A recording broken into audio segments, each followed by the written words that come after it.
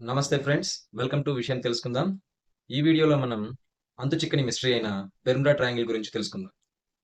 1945 సంవత్సరం డిసెంబర్ 5 తారీఖున ఎగ్జాక్ట్‌గా 2 గంటల 10 నిమిషాలకి యూఎస్ నేవీకి సంబంధించిన 5 టార్పిడో బాంబర్ విమానాలు వాటి రెగ్యులర్ ట్రైనింగ్‌లో భాగంగా అవి రౌండ్స్‌కెళ్తాయన్నమాట. ఫ్లోరిడా నుంచి టేక్ ఆఫ్ చేస్తాయి. ఆ టేక్ ఆఫ్ చేసి ఆ ఫ్లైట్‌లో ఈ మిషన్‌నే ఫ్లైట్ 19 అంటారు. అంటే ఈ ఫ్లైట్ 19లో 14 మంది మెంబర్స్‌తో ఒక క్రూ ఉంటుంది. ఒక 5 ఫ్లైట్స్ ఎళ్తాయి.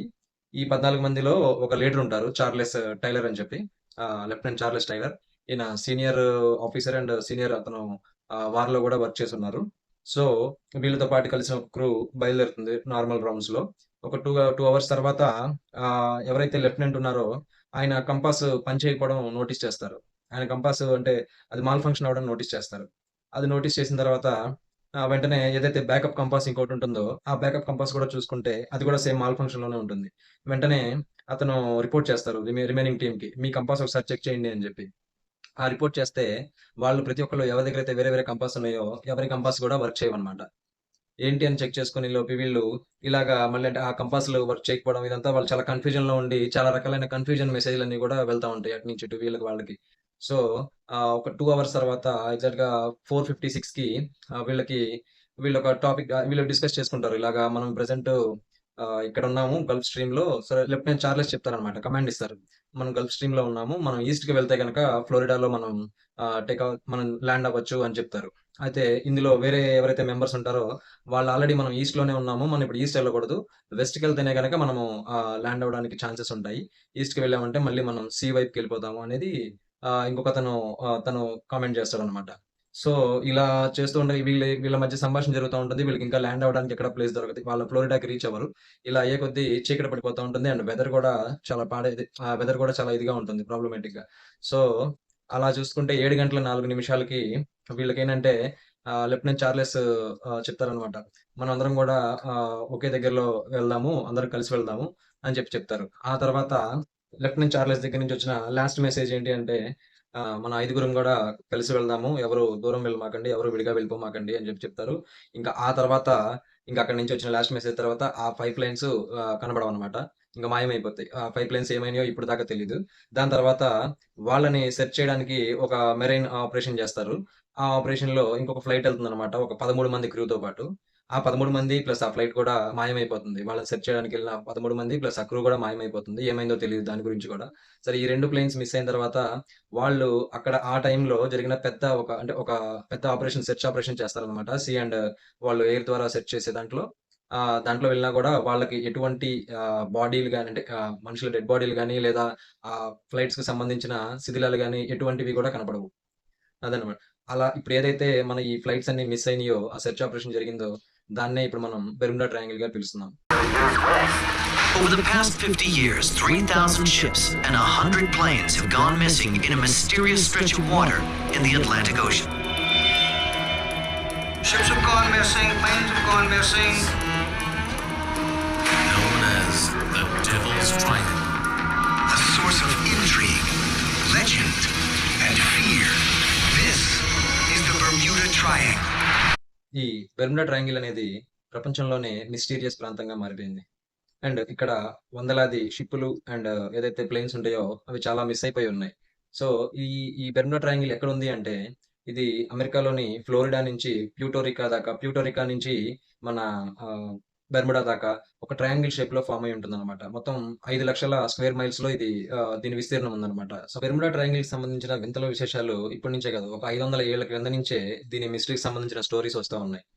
1492లో క్రిస్టోఫర్ కొలంబస్ మామూలుగా తను ఇన్వెంట్ చేస్తూ ఉన్నారు కదా! ప్రపంచాన్ని. సో, ఇన్వెంట్ చేస్తూ ఉన్నప్పుడు తను ఈ మన బెర్ముడా ట్రయాంగిల్ మీదుగా వెళ్తుంటే తన కంపాస్ సడెన్‌గా పనిచేయడం ఆగిపోయింది.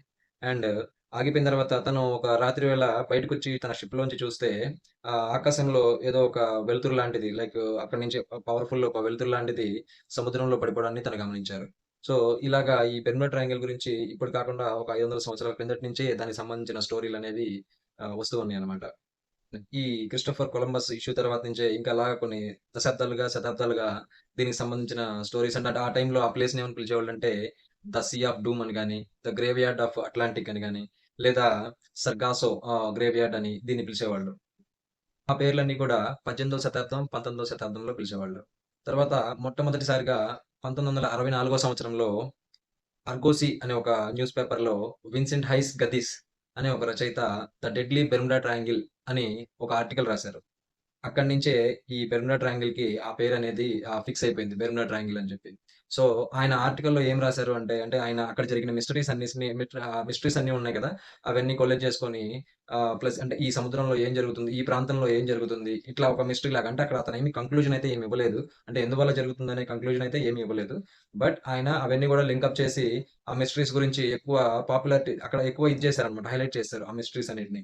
సో, అప్పటినుంచి ఈ బెర్ముడా ట్రయాంగిల్‌కి పాపులారిటీ అనేది పెరిగిపోయింది. ఎంత పాపులర్ అయిపోయింది అంటే, దీని మీద చాలా మూవీస్ తీయడం, దీని మీద దీని మీద అంటే లైక్ వీడియో గేమ్స్ తయారయినియి. అండ్ దీని మీద రకరకాల మిస్టరీ స్టోరీస్ తయారైనియి. అండ్ ఎంత పాపులర్ అయిపోయిందంటే దీని మీద సాంగ్స్ కూడా పాడారనమాట. ఈ బెర్ముడా ట్రయాంగిల్ గురించి. ఇవే కాకుండా ఇంకా చాలా రకాలైన మిస్టరీస్ జరిగినియి. యూఎస్ నేవీకి సంబంధించిన యూఎస్ఎస్ సైక్లోప్స్ అనే ఒక అంటే అతి వేగంగాను అంటే అతి పెద్ద అయిన ఒక షిప్ ఒకటి వాళ్ళు అమెరికా ఆ టైంలో వరల్డ్ వార్ 1 సమయంలో వాళ్ళు ఆ ఆ నౌకని ఎక్కువగా వాడేవాళ్ళు. ట్రూప్స్‌ని గాని, లేదా ఈ బొగ్గు ఇవి తరలించడానికి వాళ్ళు ఆ నౌకను ఎక్కువగా యూజ్ చేసేవాళ్ళు. సో, 4 మార్చ్ 1918 రోజున ఆ షిప్ అనేది ఒక 306 మంది ప్రయాణికులతో వాళ్ళు బాల్టిమోర్ అంటే యూఎస్‌లో ఉన్న వెస్ట్ ఇండీస్ బాల్టిమోర్ అనే ఒక ప్రాంతం నుంచి బ్రెజిల్‌కి రవాణా అవుతుంది. అయ్యే సమయంలో దాంట్లో ఆ 306 మందితో పాటు 11,000 టన్నుల మాంగనీస్ గూడా ఉంది. అది కూడా వాళ్ళు దాన్ని షిప్పింగ్ చేస్తున్నారనమాట. వాళ్ళు బయలుదేరినప్పుడు అంతా బానే ఉంది. వాళ్ళ దగ్గర నుంచి వచ్చిన ఒక లాస్ట్ మెసేజ్ ఏంటంటే, వెదర్ అంతా బావుంది. మొత్తం క్లియర్ అని చెప్పి ఒక లాస్ట్ మెసేజ్ వచ్చింది. అదే ఇంక లాస్ట్ మెసేజ్. దాని తర్వాత ఆ షిప్ ఏమైంది? ఆ క్రూ ఏమయ్యారనేది అది కూడా ఒక మిస్టరీగానే మారిపోయింది. ఎవరు ఏమైపోయారనేది టోటల్ గల్లంతయిపోయారు. ఏమీ లేదు అసల. దానికి సంబంధించిన శిథిలాలు గాని ఏమీ లేవు. ఆ టైంలో ఇది అందరిని అక్కడున్న వాళ్ళందరిని దానికి సంబంధించిన వాళ్ళందరినీ షాక్‌కి గురి చేసిందనమాట. ఇలాంటి చాలా భయంకరమైన విషయాలు ఇంకొకటి గూడా ఉంది. ఈ మిస్టరీస్‌లోనే ఇంకొక స్టోరీ అంటే, ఎలెన్ ఆస్టిన్ అని చెప్పి ఒక షిప్పు సేమ్ ఇదే ఇక్కడ లండన్ నుంచి న్యూయార్క్‌కి స్టార్ట్ అవుతుందనమాట. ఆ స్టార్ట్ అయిన తర్వాత కొంత దూరం వెళ్ళిన తర్వాత వాళ్ళకి ఒక ఖాళీ షిప్ కనబడుతుంది. అది ఒక పెద్ద షిప్పు. ఆ ఖాళీ షిప్ కనబడితే ఎవరైతే ఈ కెప్టెన్ ఉంటారో తను చూస్తారు. చూసి ఈ షిప్ పక్కగా వెళ్తుంది ఎవరు అని చెప్పి అంటే ఒక 2 రోజులు వెయిట్ చేస్తారు. దాంట్లో బయట నుంచి చూస్తుంటే ఎవరు కనపడరనమాట. అంటే వీళ్ళు బయట నుంచి ఆ షిప్‌లోకి చూస్తే అక్కడ క్రూ గాని, అక్కడ సంబంధించి ఎవరు కనపడరు. ఓన్లీ షిప్ మాత్రమే కనపడుతూ ఉంటుంది.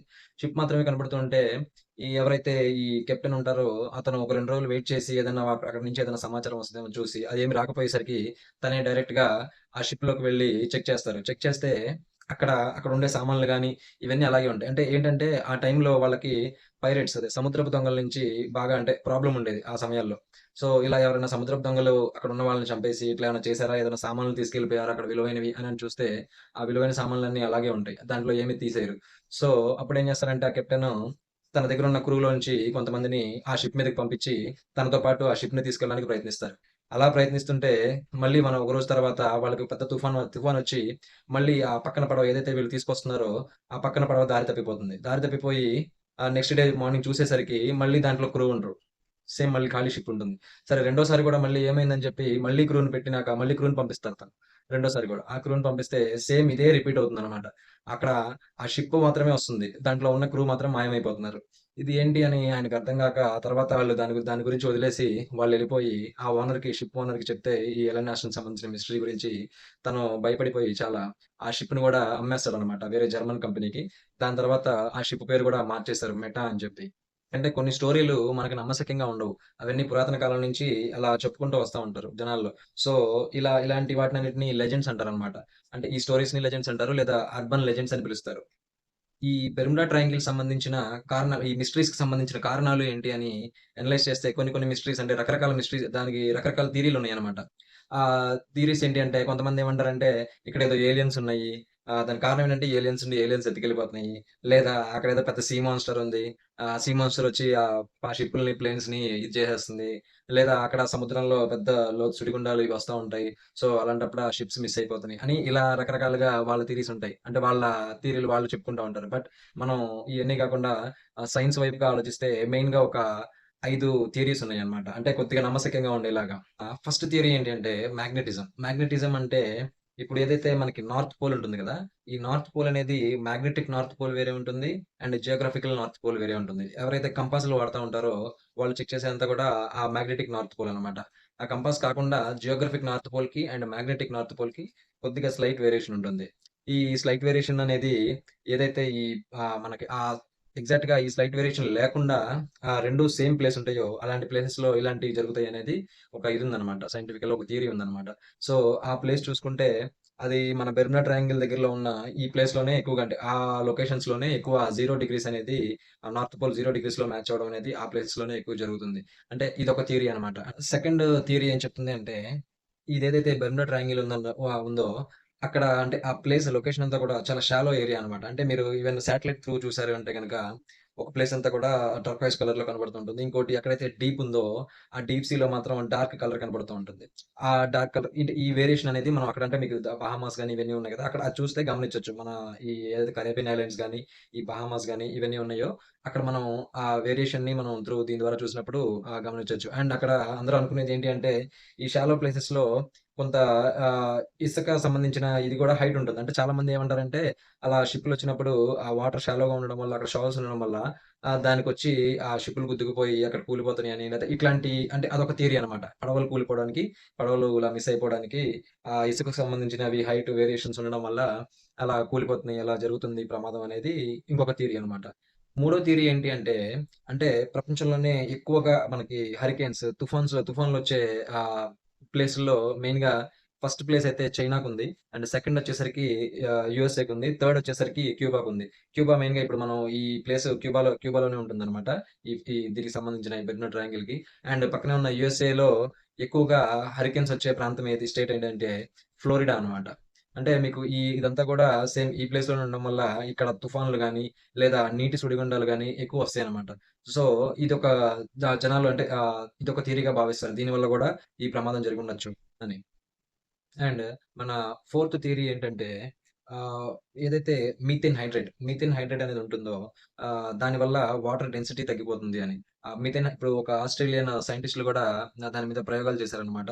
ఆ మీథేన్ హైడ్రేట్ బబుల్స్ పైకి రావడం వల్ల ఆ షిప్ యొక్క బోయన్సీ ఉంటుంది. ఆ బోయన్సీ తగ్గిపోయి షిప్ లోనకి నీళ్ళలోకి వెళ్ళిపోయే ప్రమాదం అనేది ఉంటుందనమాట. అంటే వాటర్ డెన్సిటీ అనేది తగ్గిపోతుంది. వాటర్ డెన్సిటీ ఎక్కువ ఉంటేనే ఫ్లోట్ అవుతాం అనమాట. ఇప్పుడు మనకి ఏదైనా ఉప్పు నీరు ఉంది సాల్ట్ వాటర్ దాని వాటర్ డెన్సిటీ ఎక్కువ ఉంటుంది. సో, ఆ టైంలో మనం పైకి తేలడం ఈజీగా ఉంటుంది. అలా కాకుండా వాటర్ డెన్సిటీ ఒక్కసారిగా తగ్గిపోయేసరికి అసలు ఆ షిప్ కూడా తెలియని కూడా తెలీదు. సడెన్‌గా ఏదైతే ఇలా ఎక్కువ నార్మల్ కంటే కూడా ఎక్కువ మోతాదులో ఈ మన మీథేన్ హైడ్రేట్ బబుల్స్ కనుక పైకొచ్చినియంటే ఎక్కువ శాతంగా షిప్‌లు గూడా లోనకి మునిగిపోతుంది గూడా వాళ్ళకి సడెన్‌గా అసలు ఎటువంటి అలారం లేకుండా ఆటోమేటిక్‌గా మునిగిపోతుందనమాట షిప్ అనేది. అంటే లైక్ ఇప్పుడు ఇలా దీని వల్లే జరిగింది అని ఎటువంటి ఎవిడెన్స్ గాని, ఎటువంటి ప్రూఫ్స్ గాని లేవు. లైక్ మీథేన్ హైడ్రేట్ వల్లే ఇలా షిప్స్ కూలిపోయాయని. బట్ అది కూడా ఒక అంచనా అనమాట. మన ఫిఫ్త్ మెయిన్ ఇంపార్టెంట్ థియరీ ఏంటి అంటే, అది కరెక్ట్‌గా కూడా అనిపిస్తుంది మనకి. మెయిన్‌గా ఇది హ్యూమన్ సైకాలజీకి సంబంధించి ఉంటుంది. ఆ థియరీ పేరు Baader Meinhof effect or frequency illusion. ఈ ఫ్రీక్వెన్సీ ఇల్యూజన్ అంటే ఏంటంటే, మనం ఏదైనా వస్తువుని ఒకటి నోటీస్ చేసాము అంటే, ఆ తర్వాత రెగ్యులర్‌గా మనకి ఎక్కువ ఆ వస్తువు కనపడడం, లేతే అదే మనకు మనకి ఎక్కువగా అది కనపడుతున్నట్టు అనిపించడం జరుగుతుంటుంది. అది మన హ్యూమన్ సైకాలజీ ప్రకారం. ఫర్ ఎగ్జాంపుల్ ఎలా అంటే, ఇప్పుడు మీరు ఏదైనా మీకు తెలిసిన వాళ్ళు గాని ఏదైనా ఒక బండి కొన్నారు. కొన్నప్పుడు అప్పటిదాకా మీరు దాని గురించి ఎక్కువ పట్టించుకోరు. మీరు ఆ బండి కొన్న తర్వాత లేదా మనం ఆ బండి కొనుక్కున్న తర్వాత, ఆ బండి ఎక్కువగా బయట కనపడుతున్నట్టు అనిపిస్తుంది. అంటే ఎక్కువ శాతం మంది మనకెలా అనిపిస్తుందంటే, అబ్బో! నేను తీసుకున్న చాలా మంది తీసుకున్నారు ఈ బండి. అంటే ఈ బండి బాగా ఫేమస్ అయినట్టుంది. అంటే అప్పటిదాకా అసలు అలా ఏమి ఉండదు. యాక్చువల్‌గా అంతకుముందు రేషియో ఎలా అయితే ఆ ఫ్రీక్వెన్సీ ఉందో, సేమ్ ఫ్రీక్వెన్సీలోనే ఆ బండ్లు సేల్ అవుతా ఉంటాయి. బట్ మన మైండ్ ఏంటంటే, మనం తీసుకున్నాం కాబట్టి, మనకంటే దాని గురించి మనం నోటీస్ చేసాం కాబట్టి, ఎక్కువగా అవే కనపడుతున్నట్టు మనకనిపిస్తాయనమాట. దీన్నే బార్డర్ మైన్‌హాఫ్ ఎఫెక్ట్ అంటారు. ఇదే థియరీ బెర్ముడా ట్రయాంగిల్‌కి కూడా వర్తిస్తుందనమాట. అంటే ఎలా అంటే, ఇప్పుడు ఏదైతే మనం ఇందాక ఎక్కువగా నోటీస్ చేసామో అవే మనకు కనపడతా ఉంటాయి అన్నాం కదా! సేమ్ అలాగే బెర్ముడా ట్రయాంగిల్‌లో ఈ షిప్స్ గల్లంతైన విషయం, ఈ ప్లేన్స్ గల్లంతైన విషయం నిజమే. కానీ ఈ షిప్స్ ఇవన్నీ గూడా ఓన్లీ బెర్ముడా ట్రయాంగిల్‌లోనే కాదు. ప్రపంచంలో చాలా చోట్ల మిస్ అయినాయన్నమాట. అంటే ఇయన్నీ జరిగినియి. బట్ ఏంటంటే మన ఫ్రీక్వెన్సీ ఇల్యూజన్ లేదా మనం బార్డర్ మైన్‌హాఫ్ ఎఫెక్ట్ అనుకున్నాం గదా! దానివల్ల మనకి ఏది జరిగినా గూడా అక్కడ ఈ బెర్ముడా ట్రయాంగిల్‌లో జరిగినయే బాగా హైలైట్‌గా అనిపిస్తాయి. మీరు ఉదాహరణకి మలేషియన్ ఫ్లైట్ ఒకటి మనకి ఇలా అదొక మిస్టరీ అన్నమాట. మలేషియన్ ఫ్లైట్ అది మిస్ అయింది. అది ఇప్పటిదాకా దొరకలేదు. బట్ అదేమి బెర్ముడా ట్రయాంగిల్‌లో మిస్ అవ్వలేదు. జర్నలిస్ట్ లారీ కుష్ ఆయన గూడా ఒక బుక్ రాసారనమాట. 'The Bermuda triangle mystery solved' అని. అంటే ఆయన గూడా ఏం రాసారంటే మనం ఏదైతే ఈ ఫిఫ్త్ థియరీ అనుకున్నామో అంటే దానిలాగే ఇప్పుడు చాలామంది కొన్ని జరిగిన సంఘటనలు జరిగిన తర్వాత దాన్ని యుటిలైజ్ చేసుకుంటూ ఎక్కువ రకరకాల అంటే తప్పుగా రాయడం. అంటే వేరే లేనివి గూడా సృష్టించి కొత్త స్టోరీలు రాయడం, కథలల్లడం అలా ఫేమస్ అవ్వడానికి, పాపులర్ అవ్వడానికి ఇలా చేశారు. జరిగినయి కొన్నైతే దాన్ని డబుల్‌గా రాసి ఇంకా 10 రెట్లు రాసి దాన్ని ఇంకా డీఫేమ్ చేసేశారు అని ఒక జర్నలిస్ట్ 'లారీ కుష్' అనే అతను తన ఏదైతే ఇది ఉంటుందో దాంట్లో ఆ బుక్‌లో ప్రచురించారనమాట. అలాగే ఇప్పుడు అది నిజమే మనం అది చూసుకుంటే గనక ఈ నేషనల్ ఓషియానిక్ అట్మాస్ఫియరిక్ అడ్మినిస్ట్రేషన్ అని యూఎస్ఏ సంబంధించిన ఒక ఇది ఏం చెప్పింది అంటే, ఈ బెర్ముడా ట్రయాంగిల్‌లో ఇలాంటివి నార్మల్‌గా ఈ సీస్‌లో చూసుకుంటే ఆళ్ళేమి నోటీస్ చేయలేదని చెప్పి అది ప్రమాదకరమని, ఇట్లా వాళ్ళేమి నోటీస్ చేయలేదని వాళ్ళు అనౌన్స్ చేశారు. దాని తర్వాత ఈ యూఎస్ కోస్ట్ గార్డ్ వీళ్ళున్నారు కదా! వీళ్ళు అనౌన్స్ చేసింది ఏంటంటే, ఇక్కడ హెవీ ట్రాఫిక్ ఉండడం వల్ల ట్రాఫిక్ మీన్స్ ఈ ఆ ఫ్లోరిడా ఈ రూట్‌లో ఈ ఫ్లైట్స్ గానీ, ప్లేన్స్ గానీ ఎక్కువ హెవీ ట్రాఫిక్ ఉండడం వల్ల గూడా ఇలాంటివి జరిగుండొచ్చు గానీ, ఇక్కడ మేమైతే మిస్టీరియస్‌గా ఏమీ నోటీస్ చేయలేదు అని యూఎస్ కోస్ట్ గార్డ్ వాళ్ళు అనౌన్స్ చేశారు. ఇవన్నీ ఇలా ఉంటే 2013లో డబ్ల్యూడబ్ల్యూఎఫ్ ఆర్గనైజేషన్ వాళ్ళేం చెప్పారు, వాళ్ళు ఒక సర్వే చేశారన్నమాట 2013లో. టాప్ 10 బాడీస్ ఆఫ్ సీ అని అంటే డెడ్ బాడీ ఎక్కువ ప్రమాదాలు జరిగే షిప్‌లకి ప్రమాదాలు జరిగే ఒక సముద్రపు వాటర్స్ గురించి తీసుకుంటే టాప్ 10లో ఈ బెర్ముడా ట్రయాంగిల్ అనేది అసలు లేనే లేదు. సో, అంటే ఇలాగా అందరూ కూడా సృష్టించుకొని ఏదైతే బార్డర్ మైన్ ఆఫ్ ఎఫెక్ట్ ఉందో అలాగా ఏది జరిగినా గూడా అక్కడ జరిగిన దాన్నే ఎక్కువ నోటీస్ చేయడం. ఫైనల్‌గా మనం గనక ఈ అంతు చిక్కని మిస్టరీ గురించి ఆన్సర్స్ కావాలి అనుకుంటే, మనం ఏదైతే డిస్కస్ చేసుకున్నామో ఇప్పుడు 5 థియరీస్‌లోనే మేజర్‌గా బార్డర్ మైన్ హాఫ్ థియరీ అంటే ఫ్రీక్వెన్సీ ఇల్యూజన్ గాని, లేదా ఈ షాలో వాటర్స్ ఉండడం, లేదా హరికేన్స్ ఎక్కువగా రావడం వీటిల్లోనే ఈ ఆన్సర్ అనేది ఉందన్నమాట. సో, అండ్ ఫైనల్‌గా మనకి ఏదైతే క్రిస్టోఫర్ కొలంబస్ తను చూసారో, తను ఆ బెర్ముడా ట్రయాంగిల్‌లో ప్రయాణిస్తున్నప్పుడు తను చూసింది సైంటిస్ట్‌లు అంచనా వేయడం ఏంటంటే, ఒక మిటియోర్ అంటే ఒక తోకచుక్క ఉంటుంది గదా! అది పడిపోతుండడం చూసుంటారు క్రిస్టోఫర్ కొలంబస్ అని వాళ్ళు వివరిస్తారనమాట. వీడియో గనుక మీకు నచ్చినట్లయితే లైక్ చేయండి, సబ్స్క్రైబ్ చేయండి. మీ ఫ్రెండ్స్ అండ్ ఫ్యామిలీస్‌లో షేర్ చేయండి. Thank you.